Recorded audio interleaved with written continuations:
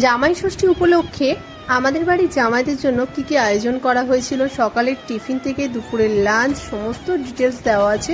আর কত অল্প সময়ে টোটাল 28 রকমের পদ রান্না হয়েছে, সেটা কিভাবে করা হয়েছে সমস্ত কিছুর ডিটেলস দেওয়া আছে। তোমরা যদি চাও এর পুরো ভিডিওটা দেখতে, তাহলে আমার চ্যানেলেই বড় ব্লগে আছে, তোমরা এক্ষুনি গিয়ে ক্লিক করে সেটা দেখে নিতে পারো।